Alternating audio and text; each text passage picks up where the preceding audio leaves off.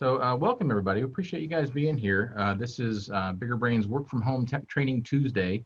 This is a new series that we started back at the beginning of the pandemic when everybody was suddenly working from home. We're primarily an e-learning company. We wanted to see what we could do to help people who are trying to figure out how to be productive working from home. And so we reached out to our teachers, and a lot of them have been gracious enough to host an hour of their expertise every Tuesday afternoon at 5 o'clock Eastern.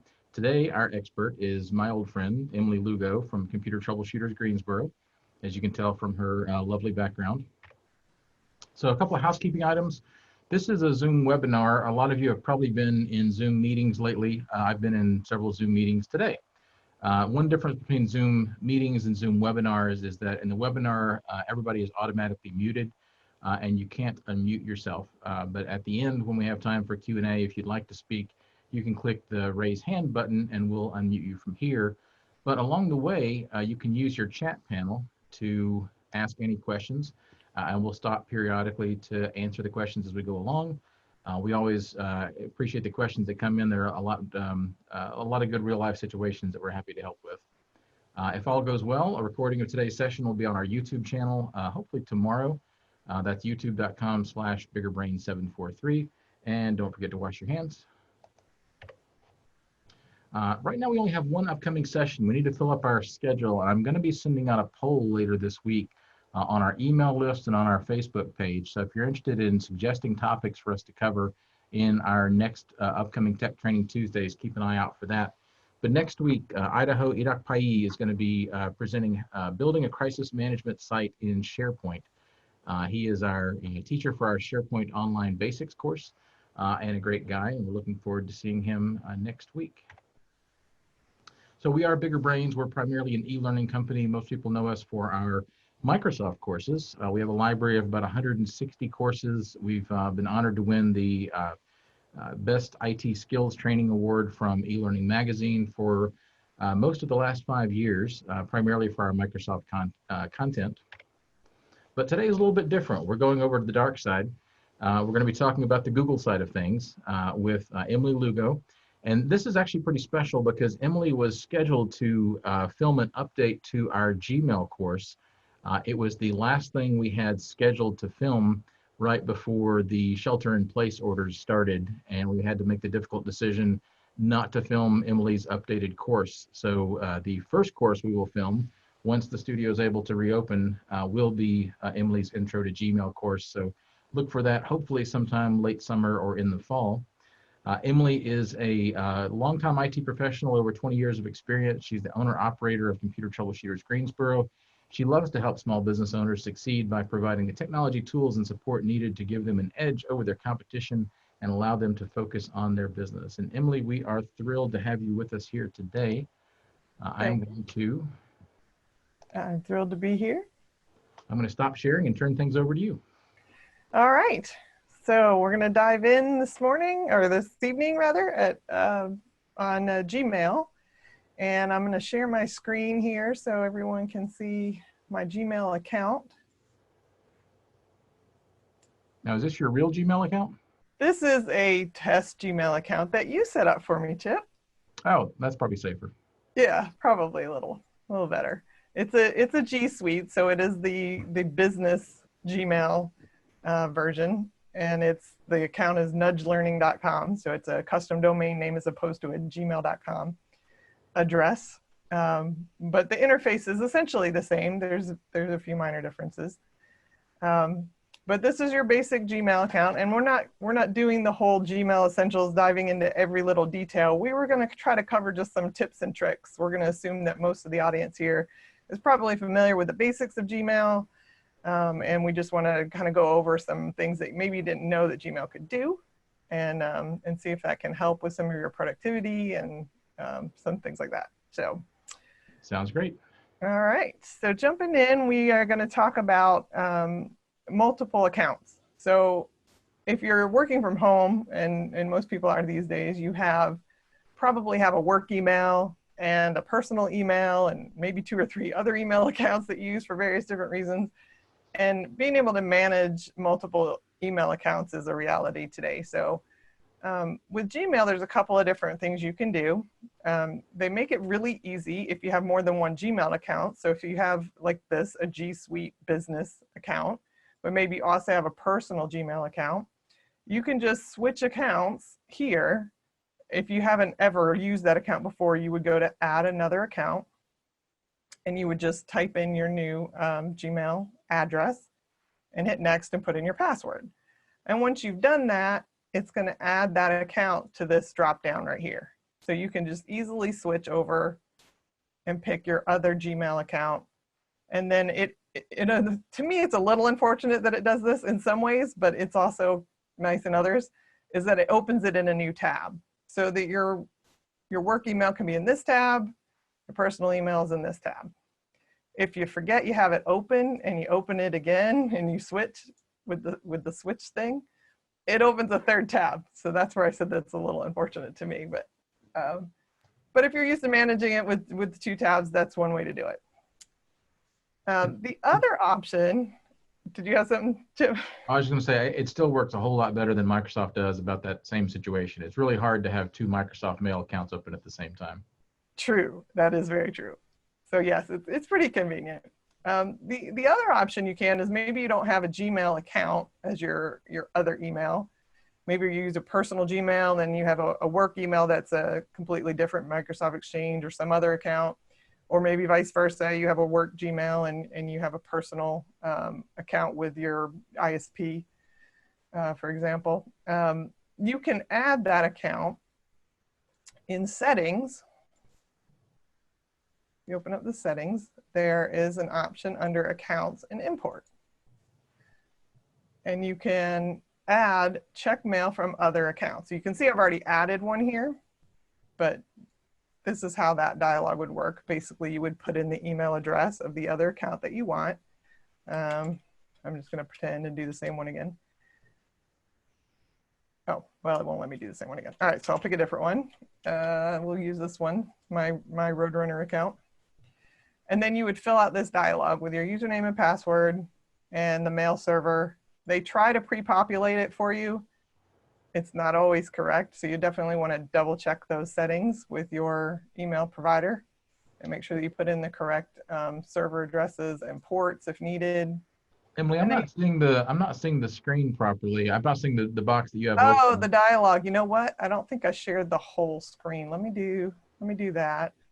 Let me stop this and share that whole window because I think it's not showing the pop-up. Yeah, if it's a pop-up and you're just sharing the one, it'll. Yep. So that will be screen 1. Share.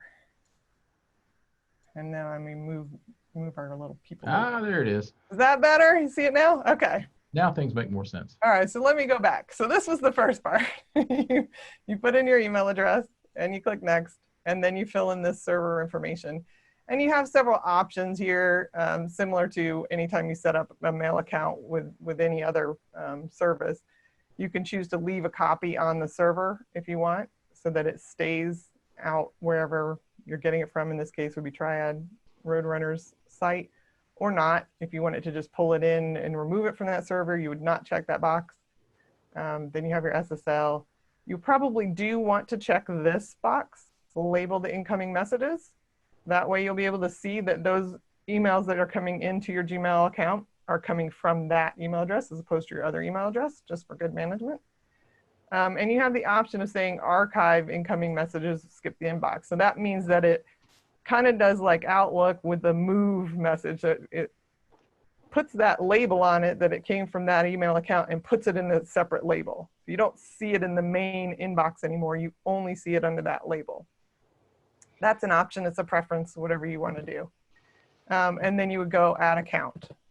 I'm not going to do that now because I don't want to add another one, but that's essentially the steps. Then it's going to also ask you if you want to be able to send. The next screen will ask if you want to be able to send as that account. And you can also fill in the SMT information and choose to send as that account. And you can see I already did that. So if we come back over here, you have this option, send mail as. And so once that account has been added, you will see that here. So this is my secondary email account. And here's the settings that it used for the SMTP, and that's for the outgoing email. I have the option of choosing which account is my default. Of course, the main Gmail is typically going to be the one that is set up. But if I wanted to use this other account as my default, I can check that. I can click that option there and make it the default for replies. But in either case, whichever one is the default, doesn't matter. You can always choose when you're sending a message, which account you want to send from. And I'll show you that when we get back over to the compose screen. But before we leave here, you also have another option. When you're replying to a message, the default is to always reply from your default address, which in this case is my nudgelearning.com, my Gmail account. But I would recommend you probably want to change that to always reply from the same address that the message was sent to. And again, that depends on the situation. If you're using an alias email just because it's an old email and you're wanting to move away from that and start using your new Gmail address and you want people to start learning your new email and you're eventually going to get rid of that one, then yeah, leave it to always send from the Gmail, from the default. But if you're really managing two separate accounts and you want to be able to can still send and receive from that other account, then you probably want to reply from the same one that it was sent to. So that way, if they send me to Nudge Learning and I hit reply, it goes back from Nudge Learning. But if they send me to my Faith Bible Christian account, it goes back from my Faith Bible Christian account. Does that make sense? And I consider that to be really helpful. I still run into a lot of people who are using the free email account from their internet provider, whether it's Charter or Time Warner or whoever, or even older AOL or AT&T accounts or whatever. And the thing I always caution them about is in a lot of cases, they're still using the address even though they don't have the service anymore, and it's still working. Right. But at some point it won't. Exactly. It's eventually going to catch up. Yeah, the safest thing you can do is get off of that old, Time Warner, Charter, AT&T, whatever it is. And with Gmail accounts being free, there's really no reason not to use a Gmail account. You could use an Outlook.com account or a Yahoo account, but Gmail is definitely the default for most people. For sure. But what about people who are really proud of like their AOL.com addresses? My mom is very proud. Yes, I know many of them that are. I have many clients in that situation as well. So, and AOL is still legit, and it's like Yahoo and Outlook. It is a legitimate service. It doesn't seem to be going away. However, do make sure she's not still paying for it, because I have met several people who are still paying $20 a month for their AOL service because they think they have to keep their old AOL email address. And that's not true. You can keep your email address for free. You just lose the ability to dial in on your modem, which you really lost 10 years ago when we stopped using phone lines. Yes. Very true. All right. So now that we've changed those settings, let's go back and see what that does for us on our mail. So if we compose a new message, you see your normal typical compose window, but now you'll notice in the from, there's a little drop down. And this is where you can choose which email account you want to send the message from. So again, if I wanted the message to come from my faithbiblechristian.org address, I would just click that and then complete the normal window. Otherwise, it will go with the default, which is my Nudge Learning. So that's another way that you can manage multiple accounts and keep it in the same interface. The other thing you'll notice that it did for me is here's that label. So all of the mail that comes into that account now is available by clicking this label. So I can see all the messages, and I just added it this afternoon. So there's only a handful of messages that have come in since I added the account. But you'll see all those here. You'll also notice in the inbox, if I go to one of the tabs that has one, it puts the label here. And it shows you that, so these are all messages that came into my normal Nudge Learning account, but this one came in to my faithbiblechristian.org account. That is an option that if you don't want to see the label and you just want them all to come in one. So again, that scenario of you're trying to move away from an old email address and you just want everything to be one inbox, you can turn that off. So there's a setting under settings. And it is, where is that setting? It's under the accounts, nope. Under labels. So under labels, you see this faithbiblecchristian.org label, and you have the option to hide that in the message list. So if I don't want to see that tagged in the list, I can uncheck that. So now if I go back to my inbox, come over here, you see that message here had been tagged as Emily at Faith Bible Christian, and now that's not visible. So it just looks like one inbox. Interesting. I have a question. Mm-hmm. So I thought you set it to archive automatically so why is it showing up in your inbox at all? I don't know that I actually checked that. We just talked about it. Yeah, I think we just talked about it. That is an option when you set that up that you can. Okay. I don't think that I did do that. Okay. But yes, if you did that, then they wouldn't show up in the inbox at all. They would only show up under this label. Okay. So if I was working with like an assistant, and I wanted them to be able to receive my business email and reply as if they were me to routine kind of requests, is this how I would do that? That's one way you can do that. If you want them to have full access to your account, they can add that account into theirs and send and receive as you. That's probably not the best method of doing that. There's other options within G Suite to delegate those kinds of permissions, and that's probably something that's more for an advanced course on that. But yeah, it can be done that way. They can definitely send on behalf of you, but they really are you in that case. If they're adding this as an account, for all intents and purposes, they are you. So there's no indication that they are sending on your behalf. They're just sending, and the recipient thinks you sent it. Okay. And this is all available on just any free Google account, right? Yeah. This is not anything that's specific to G Suite or any of the paid services. It's available with the free services as well. Okay.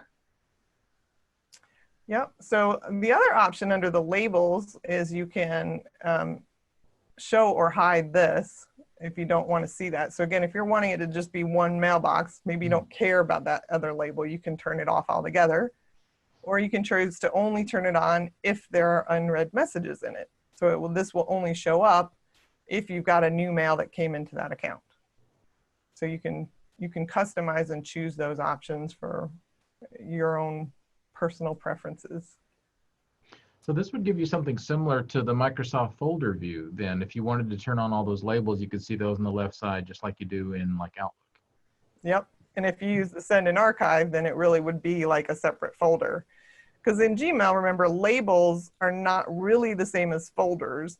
So you can have multiple labels applied to a single message, and the message still can be in the inbox. Or you can choose to archive when you label, and then it kind of moves. And that's a way to think about it, like it moved over there. But it's really not. It's just a label that it's basically just a search for that label out of your entire mailbox. And so it's going to pull anything that's in the archive or in the inbox that has that label and show it in this view. Okay. So speaking of views, we have these, and you see how it's kind of, I'm having to click between it to find that message that I was looking for, because Gmail has decided it automatically wants to categorize my mail for me. It's going to make it maybe easier for some people. Maybe you only want to deal with messages in your primary box, and a lot of this is junk that you don't really care about. And so maybe that's good for you, but maybe you don't like the way Google's done it, or you decide you don't want to see that. You can turn those on and off as well. So under the settings icon over here, you can go to configure inbox, and you can choose which of these or none of them that you want. If you pick none, all of those categories go away, and you see all of your messages in one view.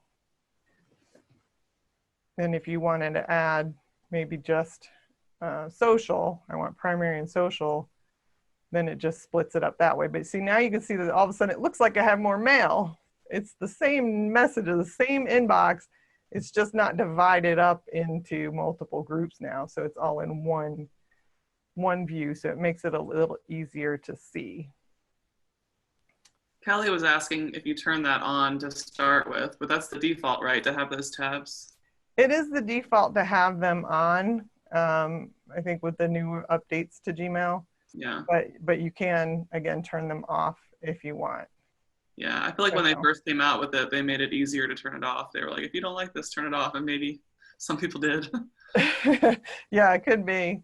But it's right there under that gear on configure inbox, and then you can just choose how many you want. And also with the starred messages, you can choose whether or not you want to include that in the primary list or only in the starred on the left over here.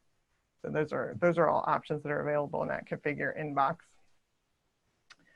So that's pretty much the basics of managing multiple accounts within Gmail. Are there any questions on that before we move on to another tip? I covered the ones that came in so far, but if anybody on the list or on the call has a question, please feel free to type it in the chat and we'll either cover it now or later. But yeah, I covered Kelly's questions for now. Okay, good. So yeah, it's pretty simple, pretty straightforward. And again, there's lots of different ways to do it depending on your situation and how you would want to handle multiple accounts. If you want to treat them as one, or if you really want to keep two separate accounts, but just be able to manage them in one interface, which makes it a little easier. You can certainly do it both ways within Google. So another quick little tip and trick is undo send. And I don't know how many people know about this option, but there is an option under settings again on the general tab for undo send. And the default is 5 seconds, which is not very long. So if you like this feature and you want to use it, I probably recommend you change this. You can go all the way as high as 30 seconds, which still isn't terribly long, but at least it gives you enough time to think about it and react. So you can choose any level within here that is comfortable for you. I put mine at 30 seconds. I think if you're sending out a message to someone and it has to delay 30 seconds before it actually is sent, that's probably not going to be an issue in most cases.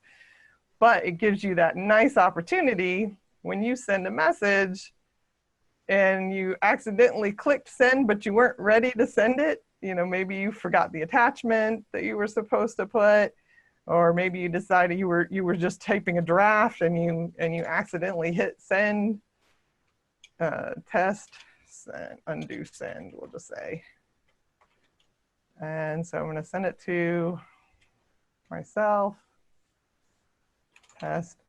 So now if I hit send, I get this little option right here. I can say, oh, shoot, I didn't mean to send that. Let me just click undo. And it pops it back over here as a draft. Basically what Google's really doing behind the scenes is holding that message to be sent after 30 seconds. So it doesn't really leave Google until that timeout has passed. So if you've set it for 30 seconds, Google's gonna hold on to it for 30 seconds, and then it's gonna decide, okay, yeah, you really did wanna send it and send it out. But it gives you that opportunity to take it back, which I know some other mail systems like Outlook has the ability to recall a message that's been sent. Doesn't always work. Doesn't usually work. Doesn't usually work. That's probably more accurate. Yep. Most of the time, once it's gone, and you can choose to recall it. But sometimes the recipient gets a notice that you tried to recall it, and they can say, "Nah, I want to see it anyway," because it's already left their server, your server at that point. It's already been sent out through the internet. But Google, with this undo send option, what they're doing is actually just holding on to it and not sending it until that timeout has passed. And once that's passed, then the message is sent, and you can't undo it at that point. I'm curious if it changes the send drop down at all. Like if there's an option to send right away, if you're like, sometimes you're talking to someone and you're like, let me send you this file. And you really don't know, it doesn't, okay. No, it doesn't. It's gonna wait that time out, whatever. And so if you're in that case, maybe you wanna just put yours at 10 or 15 seconds, don't give yourself as long, so that it goes a little quicker. But if you set it, whatever time you set it at, it's going to count down that timer before it sends it. There's not a way to override it on the individual message. But speaking of timing on individual messages, there is an option to schedule in advance.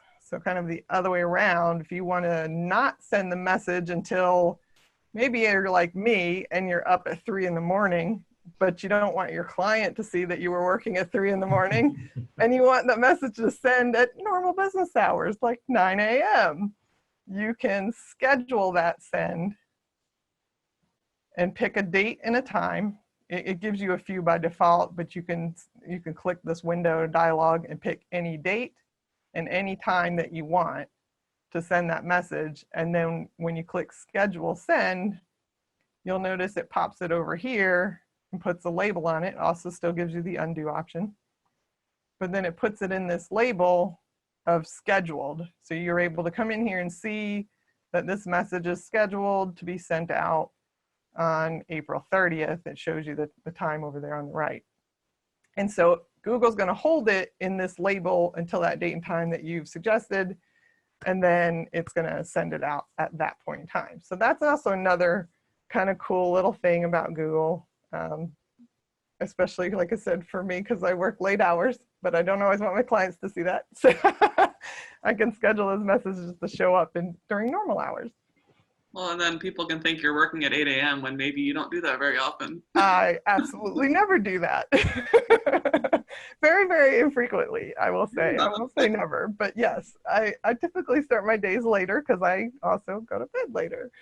So yeah, it's a great feature to be able to schedule. And even if it's for marketing, you know, you can schedule them out a month in advance. If you wanted to write up several newsletters and schedule one for each month, you can sit down and do them all in one day and then schedule them to go 1 month apart, you know, at every time that you want. So you can kind of plan your work, but not have to worry about, oh, I got to send that newsletter on this day, because the newsletters do, you know, you could do it well in advance and schedule it to be sent out when you intend for it to be sent out. So a lot of nice benefits to that feature. So another little tip and trick on the send. Right now, the only option I have here is this schedule send. But if you go under settings, back over here and go to the general tab again, you'll notice there's a send and archive option.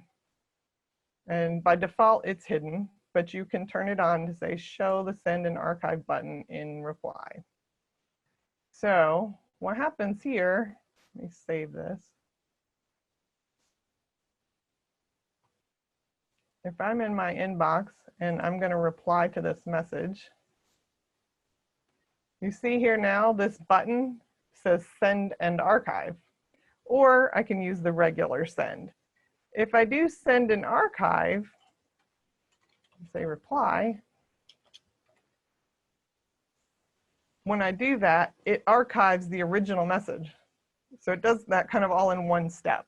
So it's, if you want to quickly reply to a message and you consider that processed and you don't want it to be still hanging out in your inbox anymore because now I've replied to it, you can use that send and archive feature to type your reply and in one click, send your message and then remove that original from the inbox view.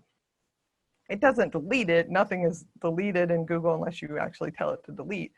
So that would still be available in your archive if you needed to go back and find it, which you can find your archive under all mail. So if I go back to all mail, here is my original test that I replied to, but it clears it out of that main view.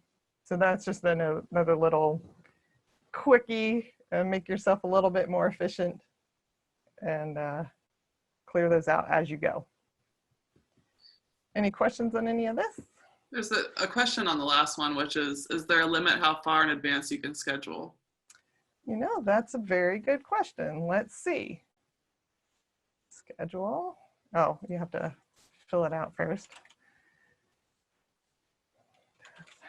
All right, let's see. I have not tried to schedule it out. It doesn't seem to be. It looks to be pretty much indefinite. Let's see, how about 2059? Yep, I think the answer is it's indefinite. I'm not organized enough to know what I'm sending out next week, much less 50 years from now. So I Yeah, want to that would schedule a bunch of emails for after I'll definitely be dead and just like freak people out. that, that would be fantastic. What? I love it. That's really cute. Yeah. So no, I guess there's no limit. Oh, nice. Okay, so let's see. A couple other little tidbits of things.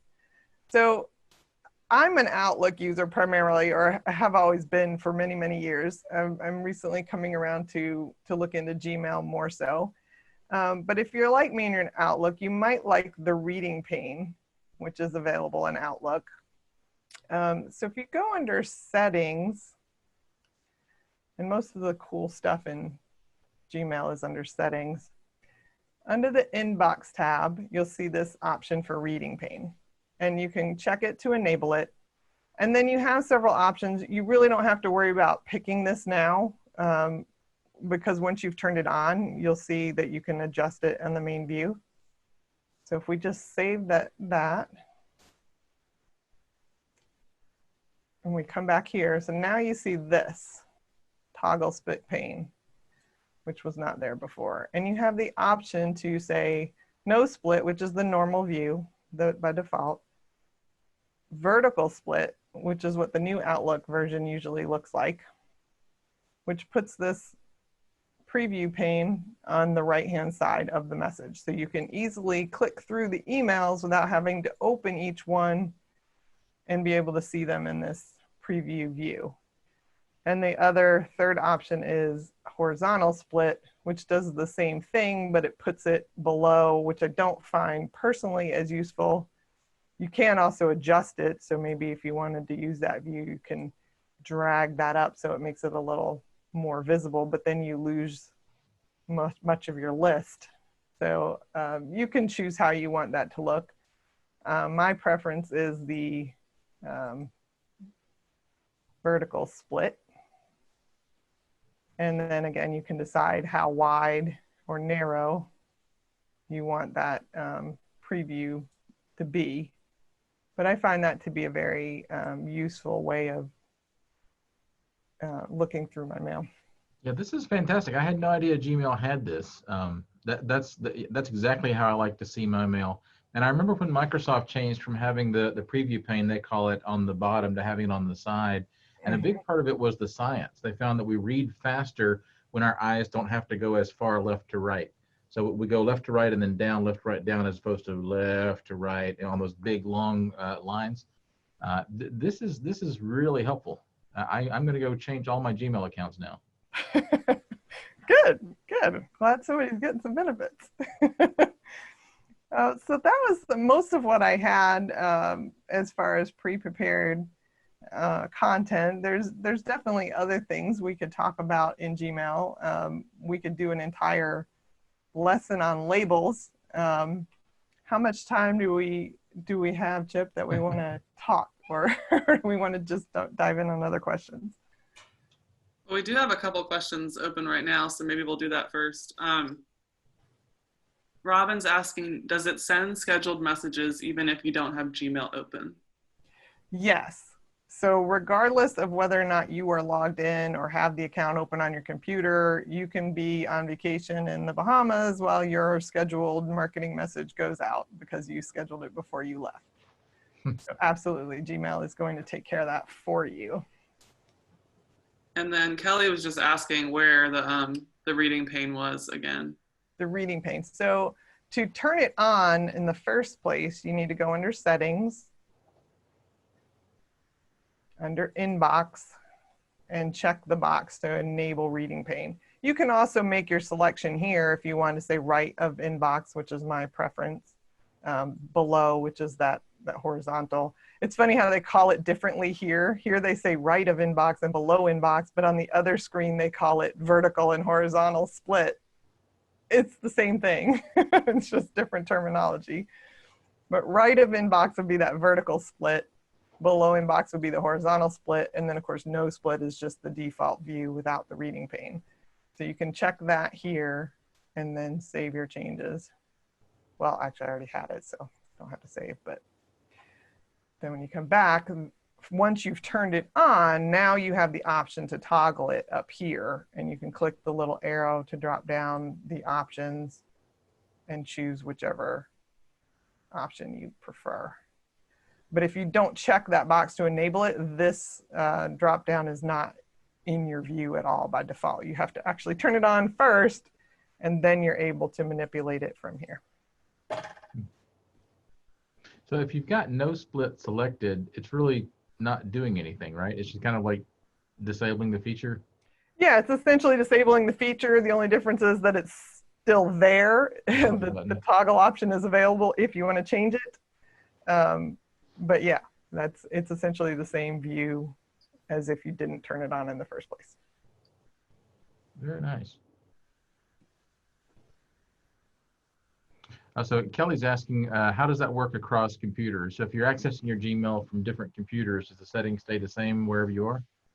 I believe so. I am 99% sure that Google keeps all of your preferences and settings across devices. Now, I'm not sure if that carries forward to mobile, because I think the mobile is different, the mobile app.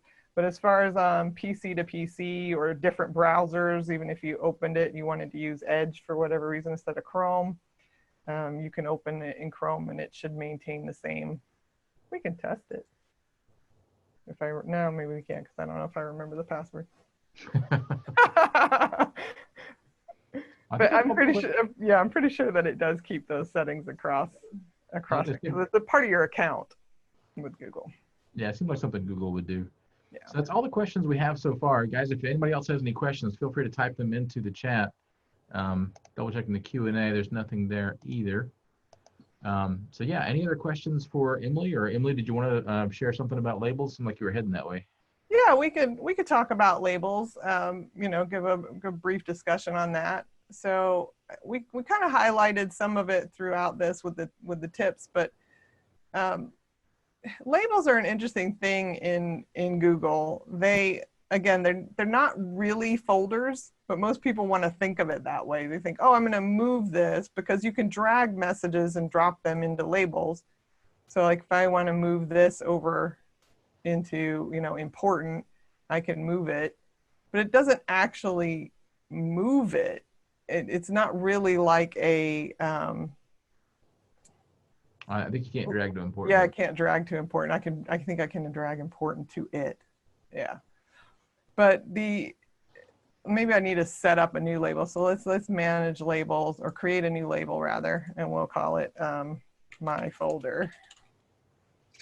Just to be confusing. Yeah, just so it's like, what is that? And then, so now if I wanted to take this message and say, I want to put it in my folder, I can drag it over here. Now, it moved it when you do drag and drop. It moved it. Well, what that means is it put the label of my folder and it archived it in one step. So when you're in the main view, and let's say I'm on a message, I have all these options. So I have archive, which just moves it to that all mail kind of label and takes it out of the view, but it doesn't actually get rid of it, versus delete, which will purge. I think it's after 30 days that Google deletes them out of the purged deleted items. And then there's also move to and label. So when you do label, that means I can keep it in the inbox, but I can label it as social. Since this is a meet, join a meeting, I can maybe mark it as social. It's still in the inbox in the main view, but if I put move to, what that does is a move and archive, a label and an archive in one step. So I can move to social, and then it's going to label it as social. And where did it go? That's awesome. Maybe because it archived it. And then it archives it all in one step.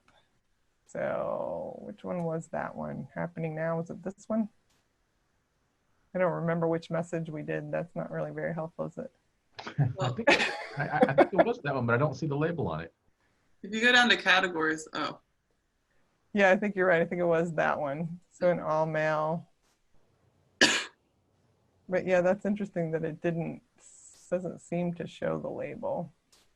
And then maybe it's because I picked category, a social category yeah, so there it is. It's under the categories as opposed to, which categories are labels, but they're a little different. So instead of, it's like we said, they show them up at that top view here, but they kind of work like an inbox, like your primary, in that if something is archived, it doesn't show in that category here anymore, but it does still show down here, which is similar to the all mail, where it shows everything that's been archived. So it's been archived, and now it's under the social category, but it doesn't show on the main view under social because you archived it. So that's a little confusing, isn't it? I see Chip's face like, I consider myself pretty tech savvy, and I'm good with software in general. And it took me so long to understand this about Gmail. And I think it's just because if you've been working a while or using email a while, you're so used to folders. Right, because everybody thinks of folders as like a file folder. Like, okay, I got my bill, I'm going to stick it in my bills folder, and now it moved and it's in this physical folder over here in this other place. Yeah. But with Gmail, you can have it in the bills folder, you can have it in the to-do folder, and you can have it in the trash folder. Well, maybe not the trash, but you can have it in several folders, and it's in all of them at the same time, but it's really just the one message. It's not like you actually made copies and put it in each folder, although you can kind of think of it that way. But the problem is you can't really think of it that way, because if you take it out of one of the folders and like it's gone, you actually take it out of all of them. So you can't. If you delete it. If you delete it. If you just take the label off, then you just took the label off. Right. Now, if you take the label off, you can take it out of that folder, and it just would be in the other ones. But if you delete it, it deletes it from everywhere, because it's really just one copy of the message. It's just marked and categorized differently. Go ahead. When I first truly understood what like archive is in Gmail, it made my inbox so much better, because I was like, oh, I can just select all these and archive them, and if I ever need them, they're there. But it gets them out of your day-to-day life of like, whoa. Yeah, the overload, you can definitely clear it out a lot faster. And you don't have to worry about missing something. Like you said, if you need to find it, you can always go to all mail, or you can search, which, you know, Google's primarily originally a search company, so they're really good with the search. And there's a whole lesson we could do on, you know, details and advanced searches and things, but really anything you wanted to find. So if I want to say, where's my meeting messages, there it is. You know, you can type any search word and find them very quickly, regardless of the label or category or wherever they are. They're gonna show up for you. And then you have all these different options for, you know, refining your search if the list came out too big or things like that. So labels are great. And, you know, using some of these tips and tricks like the move to, which does the label and archive in one step, is convenient because it's less clicks and it makes it feel more like a folder, which is what most people are used to. But in reality, behind the scenes, it's a little bit different. Yeah, it's funny. There's definitely, not to be ageist, but there is a generational difference there, I've noticed, because people who grew up using Gmail have almost a harder time wrapping their head around the idea of folders, because, you know, they grew up with this idea that, well, there's just this big archive and there's labels, and then you move them to something like Outlook where there's folders, and it's just as hard for them to adapt to that as it was for me to adapt to the archive and labels in Gmail. But it's been interesting to see, especially over the last 5 or 10 years, how Google and Microsoft have really kind of stolen each other's good ideas. You know, Microsoft has an archive button now. It's not exactly the same. You can sort of approximate labels with the way that you can copy an email to multiple folders in one step now, but it's not the same, because they are two copies. If you delete one, the other one's still there. You know, Gmail's added these categories, which is kind of like the categories that Microsoft has. It's also kind of like the focused inbox that Microsoft has, but I think that's actually something they stole from Google. You know, you can always tell when an idea is good because one of them steals it from the other and puts it on the other side. So whenever there's a feature in Google and Microsoft, it must be worth using. Right. That is for sure. So, yeah, Labels are easiest way to think of them as kind of like tags. It's just, you're adding the little, like those sticky note flags that you used to have with the multiple colors, for different things. So you can stick a little flag on the note and it have multiple ones, however many are appropriate. And those are your labels. And so that's kind of how you can think of that, as like, you can have as many as you want and you can pull off multiple labels, but if you throw away the sheet, it's all gone. So we do have another question. Kelly Vanderver wants to ask hers audio-wise, so I'm going to unmute her. And Kelly, you should be able to unmute your line now and talk. Okay, let's see if I can figure out how to ask this question. So it feels to me like when Google Mail organizes multiple replies, I can't figure out the logic about where to see things. And I don't know if it's because I was using Mail on my Mac, but it seems like the order is odd. Like I'm used to seeing it at the top and it's at the bottom, but do you understand? Am I making any sense? So you're talking about like this, where you have your reply from the original message, and then you can expand and see the original message here. Yeah, and then but when it gets to be a crazy long email chain, I feel like I have trouble finding some of the original thread. Yeah, Google tends to kind of hide them a little bit, especially with this ellipsis, because they want you to see a little more succinct view of the conversational history. So they're only showing you your message, but sometimes you're wanting to see, well, what was when you have like different replies to different parts or different segments of it, that's where it really kind of gets confusing. And so you're like, well, what is this replying to? And that's where this ellipsis helps here with these 3 dots. If you click that, then this whole content is the entire email chain. And so you can see the original message that this response was related to in there, but you have to click on that from each message. You kind of have to click in. So this one, that's all there is because it was the original. But let's just reply all and say we're going to add to the chain just so we can see what it looks like. And then now we have 3. So here you can see, again, the ellipsis. Now you can see I replied to this message, but my reply has both because I replied to the whole chain.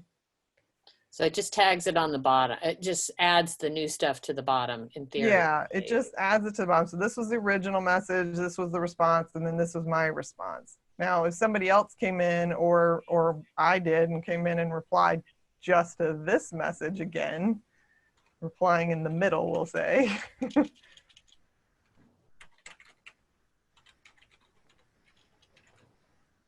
I think that's what you're talking about, where it gets kind of confusing sometimes. So this came in later, but it's in response to this one and not this one. Right. So if you click it, now you can see that, because you can see it doesn't have the add to the chain message in here, because I replied in the middle. So it only replies from these 2, and this one only replies from those 2.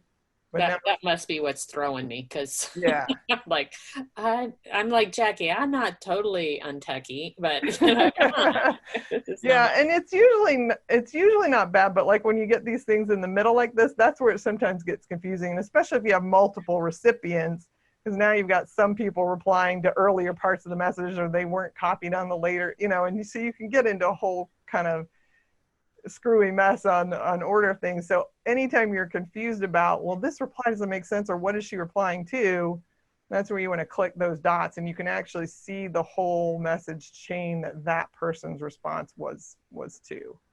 Does that help? Yes, thank you. Yeah, I actually get confused in Outlook now, because like in Outlook, if you expand a conversation or whatever you want to call it, multiple replies, the most recent one is on the top, because that's how mail works, right? The most recent one's on the top and you're still kind of in your inbox.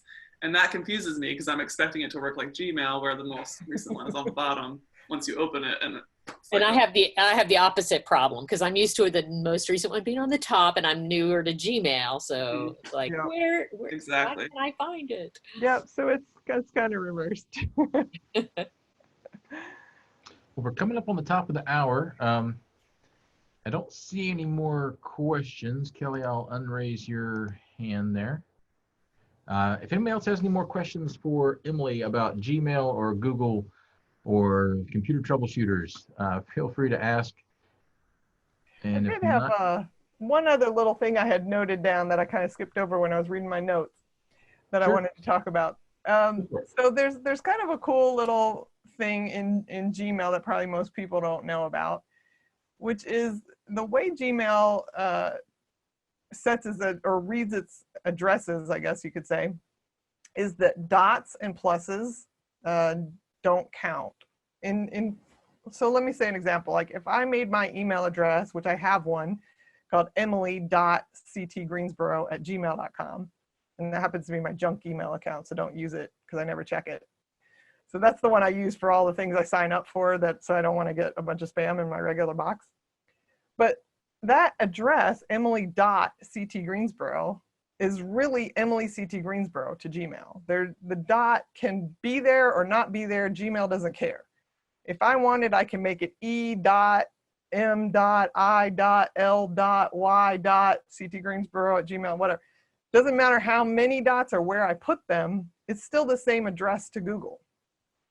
So you can do some kind of cool things with that. You can sign up for things with emily.ctgreensboro, and then you can sign up with something else with e.emily, the rest of Emily, so e.mily.ctgreensboro. And that can mean something different. So you can filter those differently in your Gmail account if you want to kind of track, like, well, where's this email address being, maybe you're suspicious that somebody sold your email address. You sign up with a slightly different tag, and then you'll be able to trace that where who else got that email address. They must have got it from that place you signed up for. So that's just kind of a cute little tip. And then with pluses, what it does is anything after the plus is ignored. So if I made emily.ctgreensboro plus newsletter at gmail.com, that's still the same address. So Google's going to still deliver it to me in my mailbox as if I had signed up with emily.ctgreensboro, but I added that plus, so then I can make a rule with labels and automatically label that into a newsletter folder. Now, not every place that you'll sign up for newsletters or have to put in your email account will allow you to use a special character or a plus. A lot will, but there will be some that will say special character is not allowed, so you can't do that. But for those that do, it can be a useful way to kind of pre-tag messages so that they go and you can filter them where you want them to go in your Gmail account by just changing up the email address. So if you add plus newsletter to the end of your email name, so Emily plus newsletter at gmail.com or whatever, then later on you can filter out anything that has that plus newsletter in it so you don't have to pay attention to it. Exactly. So like, for example, on this account, Emily plus newsletter at nudgelearning.com. And then we're going to say newsletter test. And I send this message to myself.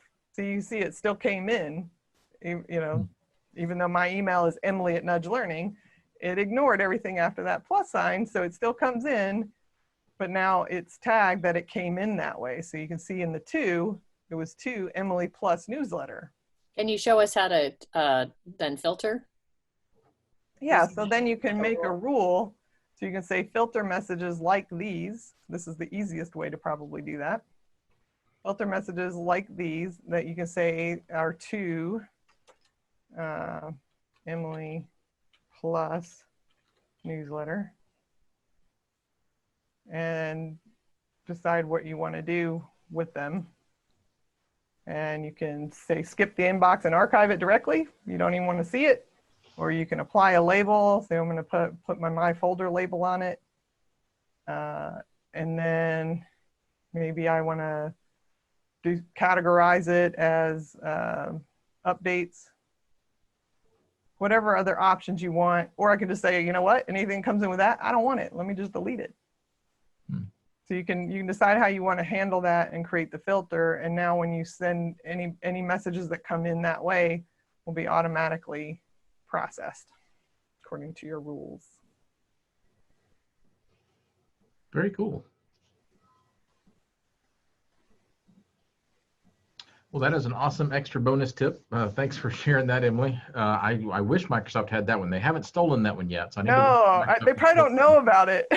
Nobody uses it that much, which it's a shame. It's cool.